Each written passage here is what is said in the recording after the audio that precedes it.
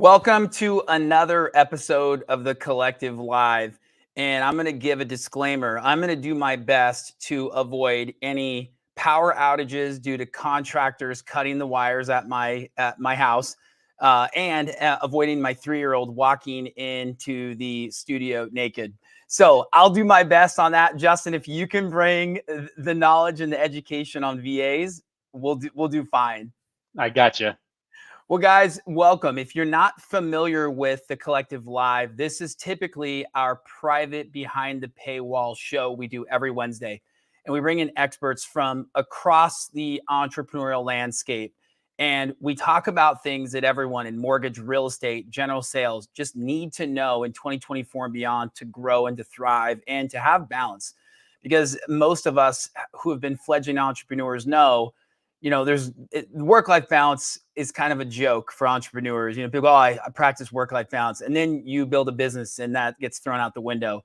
Well, Kyle and I know this firsthand. I own and operate 3.5 businesses, and I've been a part of many others. And I've succeeded and failed, as has Kyle and all the other contributors inside the collective. And we wanted to bring this for free to the general public because we're super passionate about it.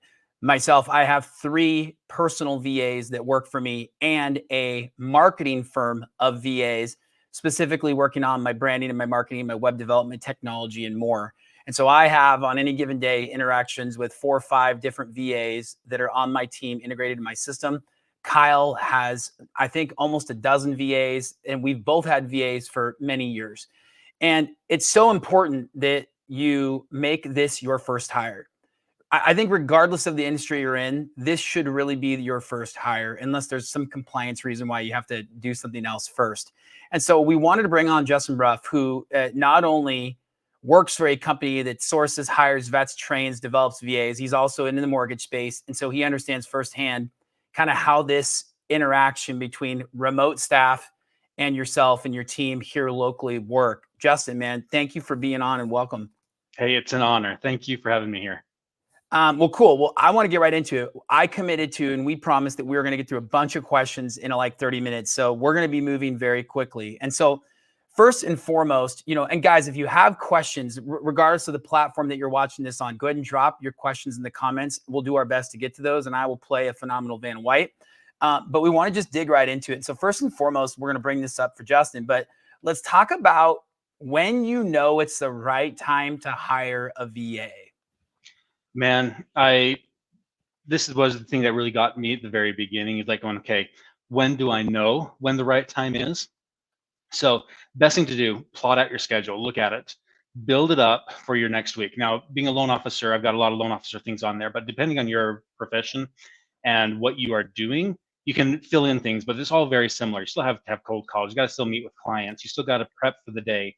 You still got to have social media, marketing, sales, and everything like that. And there's maybe even some things you have to do after the hours. So you get your day all the way set up, you all get it all built up, you look through it like going, okay, that looks great and everything is spot on and wonderful, right? And then we go throughout our week, make those adjustments, make those things. And seriously, I don't know how many of you guys see this in your schedule as well. No, things don't go as planned.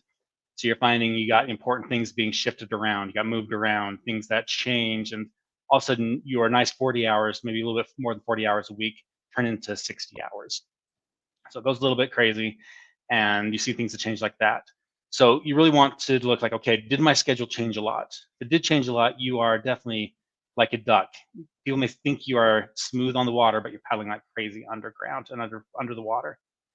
So you want to look through and take these tasks and kind of like, okay, what tasks are things that only I can do and that I have control of?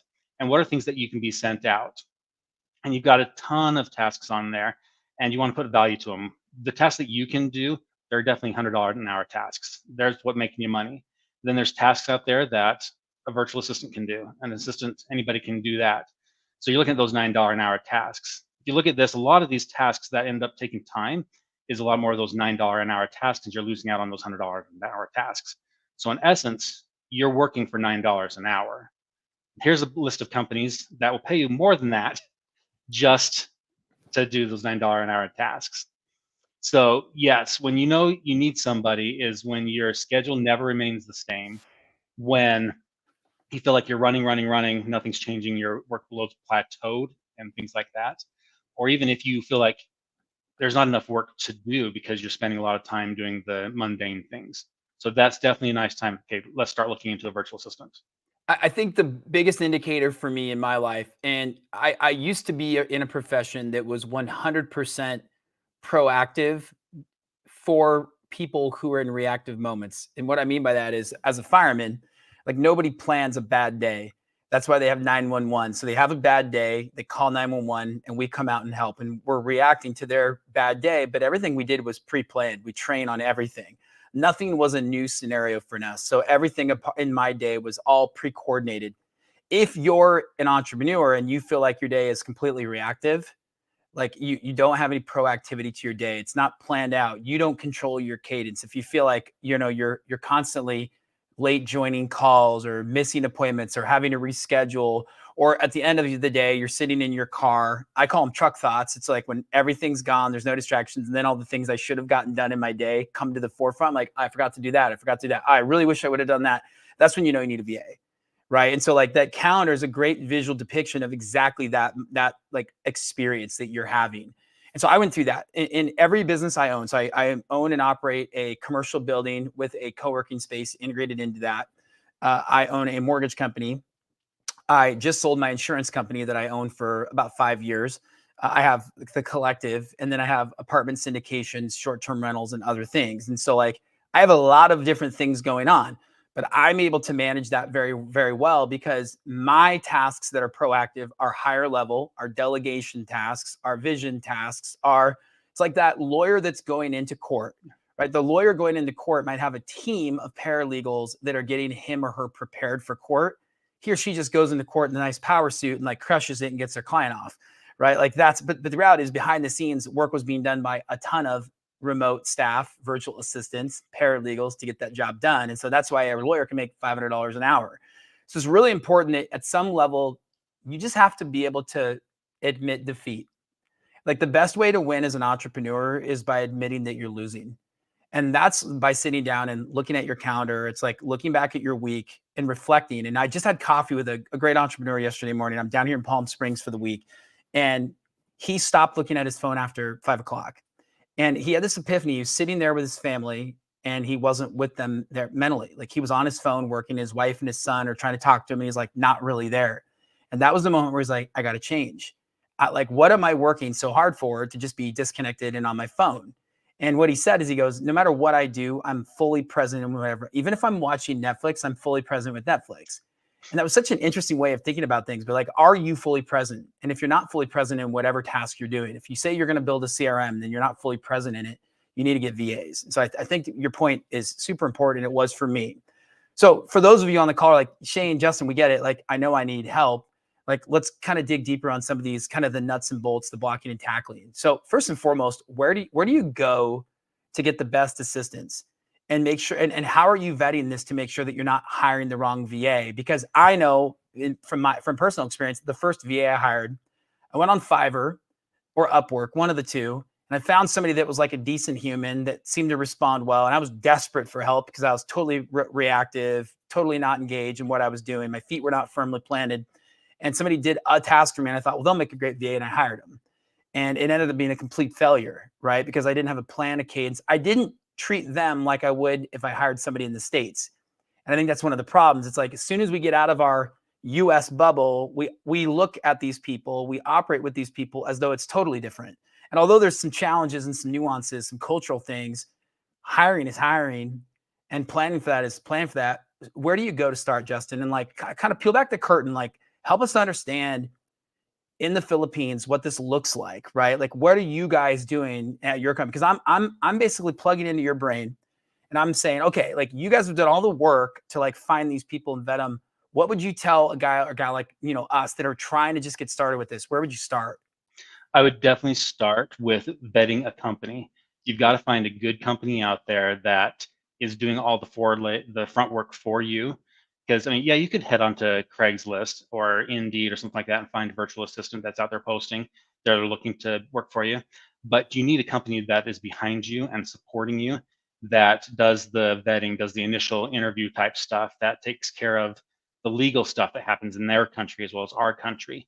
And to be able to have that connection with the country and the people and the culture and have it already established and things like that. If you go in there blind, it's gonna take a while for you to find the right person. You're gonna have to interview quite a few different people. You can go even as simple as going on to Google and just type a virtual assistant. But there are hundreds of companies out there, from mom and pop special little shops to people. Hey, I visited over that country once. I could probably start something new here.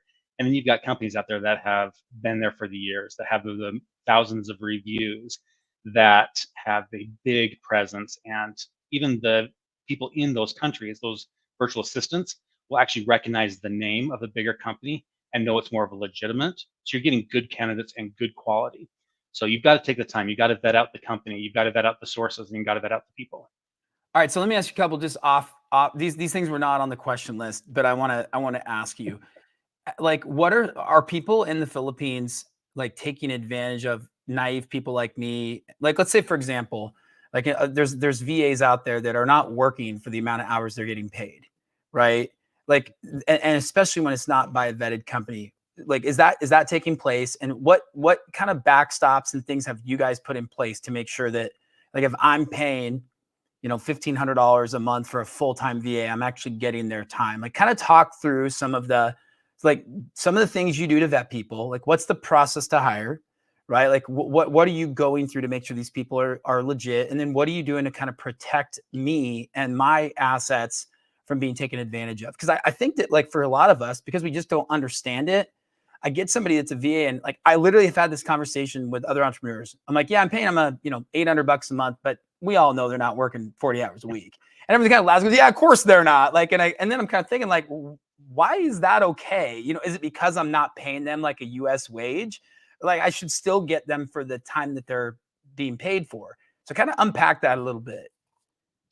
So just every nation, every country, every nationality, every culture, everything like that, you've got great people and you've got some people that aren't so great. So it's not necessarily one culture is any different than another. But yeah, you will find people that take advantage of the system, and you'll find people that probably work more than their 40 hours, so they won't get paid for 40 hours. You'll find them on all sets of the scale and things like that. Uh, Definitely got to have a company. I mean, we do personality tests, we do background checks, we do all sorts of vetting for the client, and then we encourage task lists and one-on-ones, and either daily or weekly, more often than not. That way, you can hold them accountable. They feel like they're being held accountable. You can just manage their time a little bit. There's a lot of communication ways. Now, of course, we want to take the tasks off the entrepreneur and not put more onto them. So we feel like that we hire some of the best out there, the best of the best, that their integrity is high and they're well trained. And if it does come to the point where, like, I feel like they're not really doing as well as I hoped, then we do have a support group in place that we can coach or train, whether to be better or into a new role. What do you typically see? So we've made the mental decision that we're not going to go at it alone. We're reactive, and we want to be proactive. We want to get a cadence, really own our day. We know that it makes sense to use a company, and like going online and vetting these companies. What's a typical expected, like, kind of startup cost for doing this? Like, if somebody on this call today says, yeah, I need to do it, they reach out to you, or they reach out to a company like yours, not as good, but like yours. Mhm. And full disclosure, like, I have 2 VAs through your company. So, like, I'm actually a customer, not like, so I'm not here like as an affiliate, I'm here as a customer, right? What should somebody expect to pay, and kind of the hour? And I know we talked about this on our podcast. So for those of you who want to go in more depth on this, the podcast is a great supplement to this. But just really quickly, kind of like, what are the hours typically? I mean, because I know that, if you've never done this before, and you're like, I have a 5-hour a week task I need to get done. Like, is that the type of thing we should be hiring for? Because I know in my world, what I found is it was either 20 hours or 40. Like, that was pretty much, like, I say, industry standard. That was kind of the cultural and industry standard. Is that still like, do you see that to be the case? I def One of the things that I've found with the different virtual assistant companies is that there are lots of different packages and way that they do things. And as you're doing your vetting process, you definitely want to find the best of the best employees. And the best of the best employees are going to work for the companies that are the best. So I don't know about you, but it doesn't seem very much fun to me to work on a 5-hour-a-week job and to Yeah. get paid for 5 hours a week. So with Cyberbacker, we do the 20 hours a week, 40 hours a week, because that will bring in some of the best candidates. And of course, you get what you pay for. The lower you pay, maybe the lower quality you get, and the more you pay. So average, you're looking at, I don't know, about $850, $900 an hour, and not an hour, a month for a part-time virtual assistant, or even around $1,500 a month for a full-time person. So So $800-900 part-time, meaning like 20 hours a week. exactly. And then $1,500 roughly for 40 hours a week. Exactly. And one thing that, again, I was just a fireman that started businesses and had no clue what I was doing. I didn't know what payroll was. I didn't understand how the tax system worked. I didn't know to pay the IRS. One thing I think that's really important is when people say, I hired a processor for 60 grand, or I brought on a transaction coordinator for 50,000. That's not what you as the business owner are paying. Like that's what they're making before benefits, but you're paying payroll tax, Social Security, federal income tax, all these other things. And so your $70,000 employee is 90 grand. Keep in mind what Justin is saying is $1,500 is $1,500. Right. And what I love about it is I put it on a business credit card that gets cash rewards. So my $1,500 a month is actually more like $1,450 by the time I get my rewards back. So again, like that $50 can go to buying leads or something else. So as an entrepreneur, like I'm trying to do whatever I can to get creative with it. I think that's a really important component because I know for me personally in my companies, as I'm seeing this differently now, I'm going, oh my gosh, I could get like 5 people for every one person in Seattle, because by the time I get done paying all of those fees, I'm 80 or 90, 100 grand on a staff member. I could get 5 or 6 or 7 people for that same price. And so, yeah, they're not a US based $100,000 a year experienced person, but there are so many things, which I want to get into next, that these people can do so that you're that $100,000 a year person making $1 million. So kind of walk us through, if I'm going to the Philippines and I'm meeting all these people, and which I'd love to do someday. If you ever have a field trip, you let me know, hit me up. Will What are do. these, like, what are the skills that they're really, really good at out of the gate, like don't need training on, versus some of the things that like they can do, but like we need to be prepared to help train and develop them on? Like, what are they like? Because obviously they want to be skilled at the things that we want so that they can like be marketable, right? So kind of what are they seeing and what are we seeing that's kind of the base level skills that they're good at, they're doing, you can expect to get like working with a company like yours out of the gate, versus things you're gonna have to develop? We basically hire out of the Philippines, and the culture over there is amazing. They are customer service oriented like none other, and they've got their tasks lined up. They're very like analytical brained. So you give them a task, they're going to do their best to take care of you and to take care of that project and take care of any other tasks that you need. But most of the tasks that they really excel at is at customer service, taking care of the customer. They do well at your like bookings and calendaring and taking care of tasks. Like you said at the very beginning, sometimes as a busy entrepreneur, like going, oh crap, I have a meeting that started 5 minutes ago. Your virtual assistant, they're going to pop on either a text, phone call, whatever way you want them to say, hey, do you know what? Just a reminder, you got a meeting in 5 minutes. And then they'll get it set it up for you. They have they've got the hearts as gold. They have the biggest hearts and they're kind and they never want to disappoint. So using them for basic admin tasks, even advanced admin tasks, and those kind of things, that comes natural to them. They're born and bred into that. It's amazing. And then there are tasks that do like just like me. There's tasks that I need to learn, but their dedication to you as the client and to your company, they're going to go on. They're going to do their research. They're going to find out. They're going to become the expert at it. So if you find somebody that's like, okay, they've got great heart, they're willing to work, they're just not maybe proficient in email campaigns. You just give them a few days and they will be proficient in email campaigns. Yeah, I found with mine. So, and you have to have patience, which is hard because typically one of the challenges is when you're hiring a VA, it's because you're at the end of your rope, right? Like you're overwhelmed, you're beat up, your calendar looks like your calendar, not like the dream calendar at the beginning.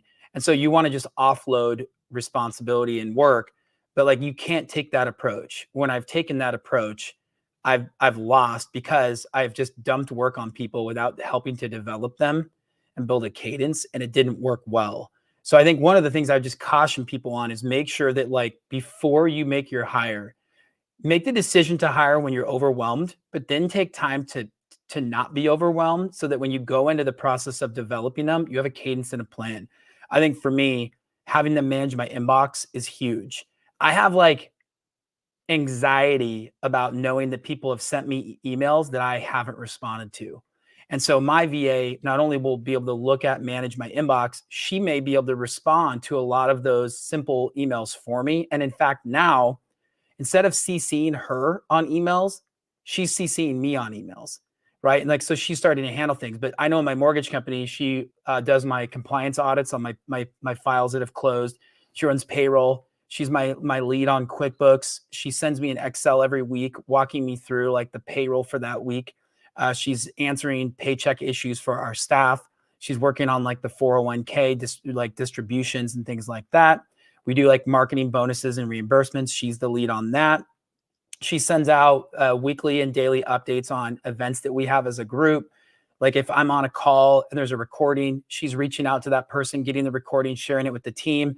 So like in essence, what she's doing is making me a more well-rounded entrepreneur and owner. So like if I'm doing a call, she's taking all the information, sharing it with the team, making sure they have notes on it, like just making the experience better for them. She's also creating graphics in Canva. We have another VA company that's solely focused on marketing. She's interfacing with them, starting the projects, vetting the projects, making sure there's compliance information on there, taking requests from my team, sending it over. I mean, in our coaching company, our VAs are working on customer service, answering the phone. They work our hours, by the way.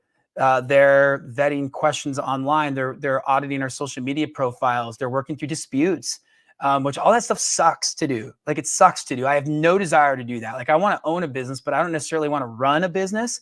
And these people are helping me run a business. They're creating social media posts. And again, like to your point, we have a VA who we hired to do graphic design work, not great at it to start. And we went through a couple of like, do we let him go? Do we not? Like we reached out to the team. Like you go through that kind of evolution. We kept him on. We were very direct with him. And his graphic design work in the last 30 days has been unbelievable. Like it's really cool. Like everything you're seeing now from the collective is coming from him. He sends it to me and then I vet it with him and we make it better. And so like, there's a ton of stuff these people can do. And again, it allows me to spend an hour a day doing the high cost, high net worth tasks. And I can be here in Palm Springs, jumping in the pool with my daughter at 2:00 or going on a hike at 4 or 5 without my phone being like something I'm a slave to. I think that's huge. I think one thing to point out as you're talking about and all the things that they've done is when you first hired your VAs, it wasn't this walk in the park to begin with. Just like Yeah. any other employee, like the beginnings is a little bit tough. I've got a HOA company here. The accountant said like, I've got to get 2 VAs. So I was able to set them up for that. She was working about 60, 65 hours a week. That first month with her 2 VAs, it went to 70 to 75 Yeah. hours a week. Yeah. But after about a month, she's got the SOPs taken care of. She's got them trained. She's now down to 30 hours a week. And Yeah. she's able to get the tasks done that she needs done. And then she's a work from home mom. So she's got kids she's got to take care of. So yes, it does take a little bit. You got to get them to branded. You got to get them trained on what you need to do in your business. But again, if you find a great company, they've got trainings to help further that along even quicker, because the company will help prepare that. They've got a training and things like that. But you do need to put a little bit of time, just like with your social media guy. Like, I don't know about it. You put a little bit of effort into them. All right, the tasks is off your plate now. There may be a few minutes where you just kind of game plan with them each week, but now you got more time to yourself, so you can go swimming. Yeah. And Stephanie mentioned it sounds like heaven where I'm at today. But to your point, it absolutely sucked when I started. I was irritable. Now I was irritable, tired, frustrated because I had so much on my plate that I hadn't addressed properly before. So it wasn't the VA's fault, but like I came into this and they needed to have their hands held. And there's still times where my VA, like with my mortgage company or with, other coaching company or my co-working company might need to have a little bit of training. But part of that's culturally too, because they want so badly to serve well. They want so badly to do a good job, which we're losing that in the US culture. Like there's far less people whose number one priority in work is to serve you well, right? Their number one priority is to maximize their PTO. Their number one priority is to like get every ounce of every dollar. They're clocking out at 4:59. That is not the Filipino culture at all. And so sometimes I find that some of my like coaching and training is just giving them confidence to make mistakes because they don't want to make mistakes. They don't want to let you down. And so that's been something that's been huge for me. All right, let's get back into a couple more things here. And I know we're run out of time. There's so much we could go over on this. So we've talked about the hiring process a little bit, but are there certain questions that really you as the US-based company and entrepreneurs should be asking these VAs, like when you get started, it kind of as you're vetting and interviewing them? Anything that like you can bring up that would maybe also give us the perspective that we need going into that correctly? As you are going through different interview processes and talking to different virtual assistants, or it's similar with the hiring an employee to begin with. Doesn't really matter their destination or where they're at, but you want to know, okay, where's their confidence level at? So you got to talk to them. Okay, what's your greatest strength? What's your greatest weakness? If you ask them those kind of things, like you make them think and you open up their vulnerability. Like, what is your greatest weakness? Like, oh, I do have some weaknesses, but you also want to hear like, okay, this is how I resolve that or how I overcome it. And you also want to know like, okay, they're taking over your tasks. How are they going to manage your tasks? Are they going to use a CRM? Are they going to use a spreadsheet? And from that, you want to ask, how do you prioritize them? And then you want to get to know them a little bit on a personal level as well, because you need to connect with them. So what are your hobbies outside of work? What do you like to do? How is this important to you, or how is that important to you? As you get to know their work habits and their personal lives, you'll be able to connect with them better. And then you as an entrepreneur, as a boss, as a trainer, and giving them your brand, you'll be able to understand like going, okay, this is how I need to work with them. And the others, you're going to like, okay, maybe I can't actually connect with them. Their resume looks great, but you have to have that personal connections at least a little bit so you guys can work together. You got to understand that your processes and their processes match. So I love that. And I think that it's so funny because when I went into it, I did it all wrong. That's why I'm here today. Like we're not sitting on the pedestal on the pulpit like a preacher telling you what to do and like we're perfect. I did it all wrong. I hired people. I didn't even like it's crazy. When I would hire US-based staff, we would do a multi-stage interview. We got to know everything about them. Then I go into the VA hire and I knew nothing about my first VA. Like shame on me. I didn't know if they had kids. I didn't know where they lived. I knew nothing about them because I looked at this as though I could just pull a lever and have a problem solved. And that is not what we're advocating today at all. It was a complete failure. I wasted thousands of dollars, time, energy, and effort. With my VAs now, I know them. Like we have a meeting every Friday where we sit down, we go through things and like we challenge them. We allow and encourage them to challenge us. And I know their families. Like one of my VAs, it's really hot in the Philippines right now. At least it was last week, like really hot. Like we're not talking like Texas hot. We're talking like swamp, like hottest hot you've ever experienced. And one of my VAs doesn't have an AC unit. And so like I'm on the call and there's something going on in the background. Well, I know she's working from her kitchen, not because she's trying to be distracted, but it's 100 degrees, 100% humidity. And it's like 11 o'clock at night there. And her brother is so freaking hot, he can't sleep. So he's like strolling through the kitchen and she's laughing. I'm like, what are you laughing at? And it's because her brother's in like his boxer shorts blurred out in the background. I say that because when you get to know them better, you understand their environment, their situation, you have grace for the things you should have grace for. You're also able to like catch them like before they start to, kind of go off the deep end. Maybe they're losing focus, maybe something's wrong, but you got to get to know these people. And I think that's really, really key. All right. Stephanie asked a great question and it segues really well into this conversation around technology. Do you, and again, everybody has their own personal preference in this, but like just kind of looking at your best case use scenario, and then I'll share mine. Do we as the hiree pay for the softwares that they need? And then I think more importantly, like what softwares do they need? What technologies are these people using? So part of being a company that goes out and vets the different candidates and things like that for you, I mean, we make sure that they have the physical needs that before they can even get into your hiring process. So things like a backup computer, backup internet, backup power, backup technology type stuff, and great noise canceling headsets. Because you don't want one of your customers calling up and like can't even understand, or the reliability of things like that. Now, each person has found their CRM, they have found their network, they found their way of doing things. So we definitely encourage the customer, the entrepreneur, the client to find the system that works best for them. We don't want to shove any system down on them. And then part of at least something that we do before you actually get your virtual assistant, they go through a 10-day training. So if you've got a CRM, uh, like Google Suites or Microsoft Suites or things like that, that is already your base that you already have, we'll do an in-depth training for you.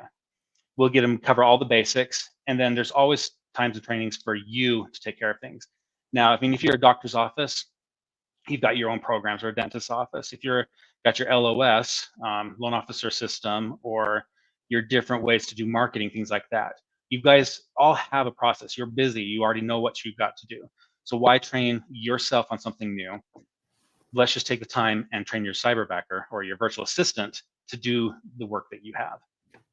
Yeah, and I know for me personally, answering Stephanie's question and other people, I pay for the technology because I want to control it. Partly because if my VA doesn't work out, I'm going to bring on another VA. I want to control all the data. For example, like Canva. So I have a team Canva account. My VA has an account. She's using a company provided email address, and we use Office 365. So we're on the Microsoft suite. And so I pay for Office 365 Pro. That includes Microsoft Teams, Excel, Word, everything. It's also cloud-based. They have a OneDrive folder. All that is controlled and owned by me. I think that's very important. So like, especially if you have somebody building out marketing material, if you fire that VA, you don't want to lose access to everything you have. So worst case, you want to have control. Best case, it's much more efficient. So I use Microsoft Teams. And if you're on the G Suite, I'm sure they have a chat function. I just have never used it, but I'm integrated in Teams. I'm in Teams every day. My VA starts at 7 a.m. my time. First thing's good morning. And they're always very good about saying, good morning, Shane. Like they want you to know they're clocking on. That's kind of like a cultural thing to be prepared for. It's like good morning and good night. They're always getting there and starting and stopping and letting you know. But they're in Teams and we're going back and forth in Teams. I have it on my phone. I have it on my computer. They're sharing documents. They're sharing OneDrive items. So having whether it's G Suite or 365, that is something that's paramount to own and control. I also pay for my CRM. We have a custom white labeled version of Go High Level. My VAs have their own user accounts there. Again, it's tied back to my Office 365 account that I control. We have a Canva account, as I mentioned. We use Trello is a great tool for like task tracking, and identifying like who's going to do what, keeping track of things really well. So we use Trello. Asana, I mean, there's a bunch of those kind of project management tools, but I think it's really important to have a project management tool. A password secure system like a LastPass or a 1Password or something like that is great. Again, I think all in, you're probably $100 a month or less on technology and software that you need for your VA. So again, instead of paying somebody in Seattle $6,000, $5,000 plus all the taxes, I'm paying $1,500 plus $100 in other technology. They provide their own computer. They have good internet. And like when my VA, she worked remote for a month, and like remote, meaning that like she was on, like her family was on vacation. She worked from a different house, but she had backup internet. She had tested it in advance. Like it worked well. And if the internet didn't work well, it wouldn't have been okay for her to go do that, right? Because she was still on the clock. So I think those are some of the technologies. Did I miss any like key technologies that you can think of? Like maybe a No, phone system like Ring Central, which I would I avoid think Ring Central, but something like that. if you're getting a virtual assistant to just do the cold calls, you'll definitely want a phone calling system Yep, that some gives you the VoIP back-to-back system. dials. But no, you really want to have them have their own logins in your guys' system, and that's a great thing for any employee that you have. And if your first one's a virtual assistant, then it's your virtual assistant. But if any employee of yours decides to take on other adventures, you still have access to all of your data and your stuff. Yeah. Cool. Well, listen, we're past time, but when somebody's on and they're hired and you've made that decision, what happens post training? Kind of like, just let's close it out with kind of giving these people the vision of what it's going to look like after they've gone through the hard work of vetting a company, interviewing, hiring, and onboarding a VA. What does that look like post onboard? And then I want to drop your information so everybody can keep the conversation going. Post onboard, it's like I was telling you about that HOA company. She went from her 60 hours a week down to 32 hours a week. She was able to have her time back. Now, things you need to think about now is don't fill those up with vacations and the funds type stuff, because you want to be able to grow and fill up your business. So you'll definitely start growing again. You'll be doing your $100 an hour tasks. You're going to find out that you're a virtual assistant, that their workload's going to grow as well. So it's time to like, okay, let's take this virtual assistant and split them in half, not actually, but their job duties, and let's get another one. And as you put more time and effort into that, again, you're only taking a little bit of your week to help with these virtual assistants. And it's just like any other boss, any other company leader. As you grow your company, you're going to have to put more time and a little bit of effort into your employees. But those employees are taking a lot of tasks off your plate. They're going to help you learn to grow. You're also going to want to make sure you have conversations with your employees, your virtual assistants, about things that are coming up. What about holidays? Some cultures have different holidays than you do. You definitely want to have some continuing education to help them develop and grow as each day goes by. Make sure you have consistent contact with them. Daily is great, not necessarily, but weekly is definitely a must. You want to know where they're at. They don't want to feel disconnected, and you don't want to feel disconnected.